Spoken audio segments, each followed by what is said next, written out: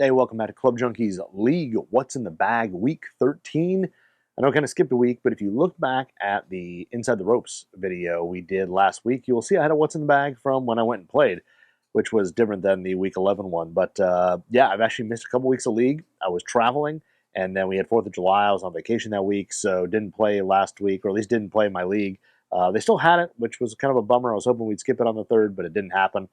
Played really well over the weekend. The scores didn't necessarily show it, but I started hitting the ball a lot better, and I'm coming much closer to finding driver for what's in the bag that's a little more of a permanent. I've got to have everything kind of dialed in by the end of the month because then I go on my Guyves golf trip, and I need to have 14 clubs. I mean, I'll bring 2 full bags and all that, but I got to have 14 clubs. So last week or 2 weeks ago in my league when I did play, we had our scramble. We do 2 scrambles every year. We do one in the middle of the year and one at the end, and everybody throws a little money in the pot. And we actually came in second, which was kind of nice. We didn't think we played that well. We had a bogey on the card. We bogeyed the first hole. We pretty much thought it was over, but we put a couple birdies on the board as well throughout the round and played decent, and we ended up coming in second place, which is not too bad. We pretty much thought we were out of it after hole 1, which was a bummer. But so we're back into it. Week 13, I've dropped. Your boy here was like first place at one point in the league in terms of total points, and I am now dropped all the way down to like 7th or 8th, something like that. Might even be 10th. I didn't look that close when I logged in, but have dropped definitely from not being there. You don't get many points when you're not there. So let's hope that this week we can go out, play decent, and maybe get a few points and inch our way back up the leaderboard. So we're going to start this week at the top like we usually do. We've got something completely different. I don't think anybody's expecting this in the driver space, but we have the brand new Ben Hogan PTx LST driver. So this is kind of their new driver. They have 2 models out, a PTx Max and an LST. So this is a lower spinning head right here, deep face on it, much more compact look, sits very square, maybe just a hair open, but very interesting look. Carbon fiber crown, has kind of some similar design elements we've seen in other drivers, big forward weight there to take some spin off. It does have an adjustable hosel. This is a 10.5 head, just leaving it at 10.5 in standard. But it looks really good. It's a good-looking head. I think Hogan's done a nice job with this thing in terms of the look. The overall kind of fit and finish of it is really, really solid. So we'll see how it goes. I've never hit it yet. I had it in. It's been sitting at my desk for a little bit, and I just haven't had a shot with it. But it should be a fairly low spin, long driver. We'll see how it goes. But I'm excited to hit this thing. Bouncing a ball off it sounds a hair loud, but we'll see how that goes when you actually get it outdoors and with full swings on it. But looks pretty solid. Should be a good driver. And this is shafted up with a Mitsubishi Tensei CK70. So this is kind of the older version of the Tensei series. The CK was the original line that came out, and the CK Pro Blue was one of my absolute favorites. This is just the standard CK. This is a 70 stiff, so 70 gram, mid-launch, kind of mid-spin shaft. Should be pretty good in here, and it's kind of similar to what I do play. So it should be smooth, all that, and then a Ben Hogan Z5 lambkin grip, which isn't my favorite. It's a little bit too soft, but it should do for now. So excited to kind of try this out and see how it goes because I haven't. I've hit some of the Ben Hogan irons. They've been really solid. You guys probably saw I had the Fort Worth MB CB combo, and then last year I think I had the PTX irons, so the combo set. So should be excited to hit this and see how it goes. Excited to hit this driver, and then for 3-wood, we're gonna go into its matching sibling. This is the PTx Max from Ben Hogan. So this is the Max 3-wood here. No adjustable hosel on this one. It is bonded. It's a 15-degree head 3-wood. But the one thing I do have to say about this, it is really compact. Maybe I'm just used to looking at bigger, kind of standard 3-wood, but when I set this down, definitely a compact head. It's smaller. Does sit just a touch shut, but the same thing on this one. You can kind of see the carbon fiber through the crown. Again, fit and finish looks really nice. They did a nice job with this one. And it's going to be interesting to see how forgiving this is. How much forgiveness do they pack into this small Max head? I'm excited to see it. When I bounce a ball of it, it has a nice metallic kind of steel sound to it. So that should be pretty good out on the course. But I don't even know what we're playing the front 9 or back 9, so I don't know how many times I'll hit this. But like I said, interested to hit it because being a Max name, you'd expect this big footprint. It's not there.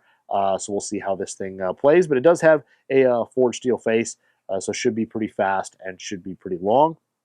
This is shafted up with the same Mitsubishi Tensei CK Series 70 stiff. So same shaft as the driver, just shorter. Again, should be good in the 3-wood, mid-launch, kind of mid-spin, and should help elevate that ball if I need to hit it off the turf. Again, if we're playing the front 9, I'll hit it off the deck, maybe hit it on 1 and 2. If we're playing the back nine, I don't know when I'll really hit it. Maybe on 17, but I always tend to pull driver there anyway. Maybe on 9, but it'll be pretty interesting. So I'm excited to hit both these clubs because I haven't really hit a lot of direct-to-consumer woods.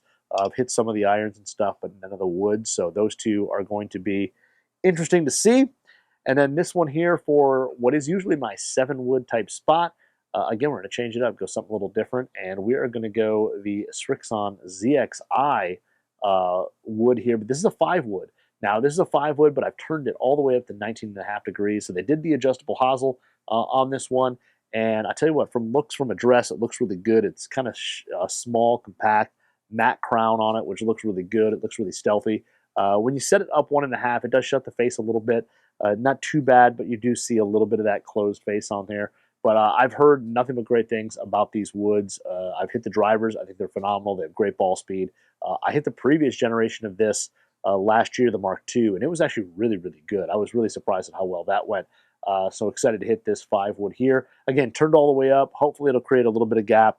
And again, depending on which side we play, this will either be hit a decent amount or it won't be hit much.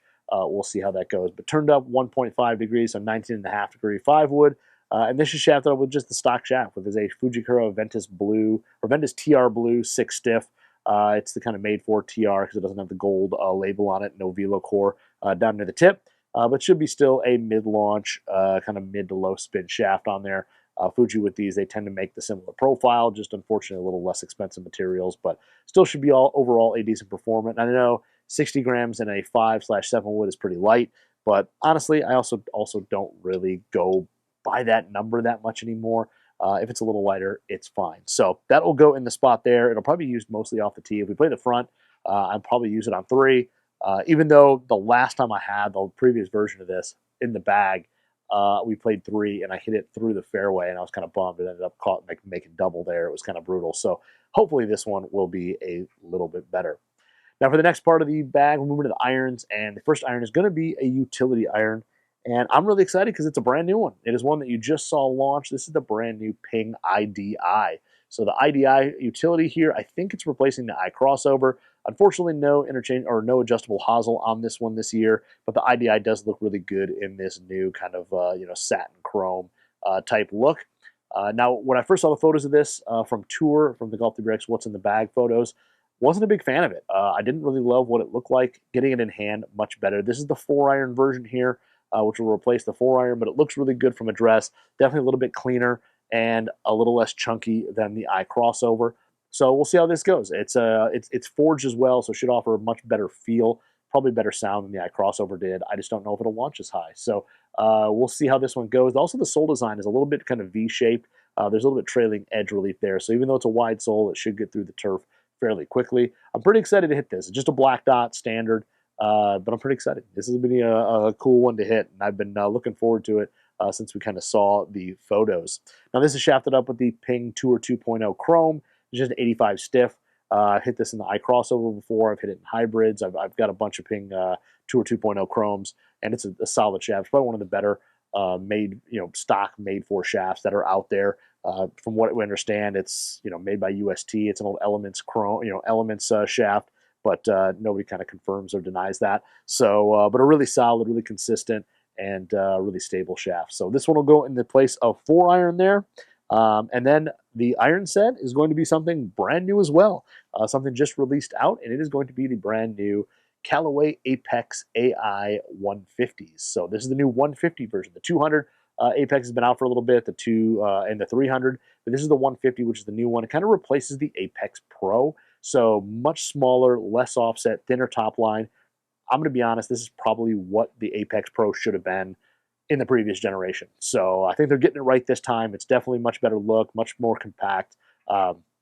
Looks really good. I've hit these a little bit. I was out at Callaway before these launched. Got to hit them on their range, and really impressive with, they pack a little firepower. I think it's the top end of the bag.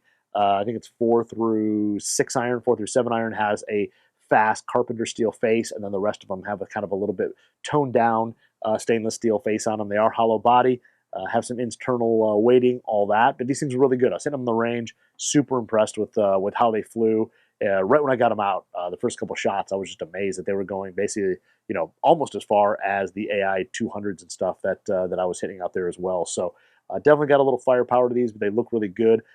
Pre-worn leading edge, turf interaction was really solid out there. Now, granted, it's a little softer here than it is in Southern California, but the turf interaction should be good as well. The only thing that's might be a little issue, they are like kind of full chrome on there, so glare could be a little bit of an issue, but I didn't have any problems in California, so hopefully we won't have any problems here. But we're playing 5-through pitching wedge in these new AI150s, so those things have been really good. It's going to be exciting to get them on the course and see what they do there. And then for wedges, we're going to kind of totally mix it up. The first wedge, for a gap wedge, I don't have a lot of gap wedges to throw in. So we're going to take the old Apex MB 11 iron. Yes, this is an 11 iron. You can see it there. It actually has an 11 on it. This is the MB gap wedge that they made. I love the fact they put 11 iron on this thing. But this was from my triple play set that I had. That was Apex Pros, CBs, MBs. So the pitching wedge and the gap wedge were MBs. And I'm going to put this in. It doesn't really match in terms of the shape as much. It's a little bit sharper toe, a little bit straighter leading edge, but great feel on it, super soft. And I'll tell you what, around the green, it actually chips and pitches better than you think. When I first got this, I was really nervous about this club on anything other than a full shot. And after hitting a little bit, it actually put some decent spin on the ball. And you can, it's versatile. You can kind of play it around a little bit in the green. So I'm going to match this thing up with the AI150s. I think it's like a touch weak, not too bad, but I think it's just a touch weak, but it should fit in there pretty well. So this is shafted up with an Aerotech Steelfiber I110CW. That was the rest of this set had. The previous irons have a dynamic gold mid 115, so it's a shaft that I'm playing a little bit more with. And then this one here is going to have that I110, so super smooth, a little bit softer, launches high, and feels really good. So that's going to be the gap wedge. And then the sand wedge, we're breaking out something that I think I haven't broke out since maybe week 1, but we're busting out the TaylorMade Milled Grind 4, but these are the Tiger Woods ones. This is the Tiger Woods sand wedge. Basically, the sole is based on his grind. Pre-worn leading edge, a little bit of trailing edge relief, especially down near the heel. But this thing here has a super versatile sole. You can hit a lot of different shots, and let's put it this way, it was designed with Tiger Woods. You know it can hit every shot in the book because he has got a phenomenal short game. So love the MG4s. I think they spin really well. I think they have a much softer feel than MG3s. One thing is the toe is a little bit more squared off on these from address. Has the raw face, of course, but these things spin really well. And I just want to, my wedge game's a little bit better than it was, I think, the first week that I put these in. So I want to take these back out and see how they play. But I've always been a big fan of the Tiger Woods wedge. I mean, how do you not? It's Tiger Woods inspired. So this is shafted up with a breakthrough golf technology Red Zone or Red ZNE 130. This is their kind of multi-material shaft. So it's got a carbon fiber upper tube that's super, super stiff, a little aluminum coupler, and then a carbon fiber tip section in here. So these are unique wedge shafts, extremely consistent, extremely accurate. They do launch a little high, but they have a ton of spin, and hitting into greens is really, really easy and consistent. So they're really stiff feeling as well when you get out there. It's just kind of a unique thing, but I do have to say they're really accurate, really consistent. So they do kind of work. They do what BGT says. So I've got the red zone here. I've got another one up there with the other red zone, but this thing here has been a pretty interesting combo. We'll see how it goes in terms of playing it, because I haven't played it in a while, but I'm excited to try it out. And then for the 60, it's going to be its sibling, the Milled Grind 4 from TaylorMade. This is the Tiger Woods 60 degree. So I think this one is, 11 degrees of bounce. Again, pre-worn leading edge, kind of milled into it there. A little bit fuller sole, but this thing is should be a good 60. I've been playing really well with my 60 lately. I've been hitting some good shots, so I want to see if a little Tiger Woods magic can come out there. But again, I like the feel of these things. They spin well, and this should offer the ability to kind of, play it in a trap. It's got an afloat there. That pre-worn leading edge should be able to get that leading edge under the ball, even on a tight lie, hit it, and all that. It rained earlier yesterday, so I don't know what the course is going to be like. It may be a little bit softer, but this should still play pretty well. And then this one has the Breakthrough Golf Technology Zone shaft, or ZNE shaft. This is the previous generation version. And the difference is the handle sections are just a hair softer, and this is a steel tip section instead of being composite. So the new ones have a composite on both ends. This one's steel and then composite, but these launched even higher. These were really high launch, but they had a ton of spin, and a lot of people wanted a little flatter, more controllable trajectory, so that's why the newer Red Zone 1 moved to composite. But this one here, same thing. I mean, you can throw a hula hoop out there and you'll just hit balls into it all day. It is just extremely accurate, extremely consistent.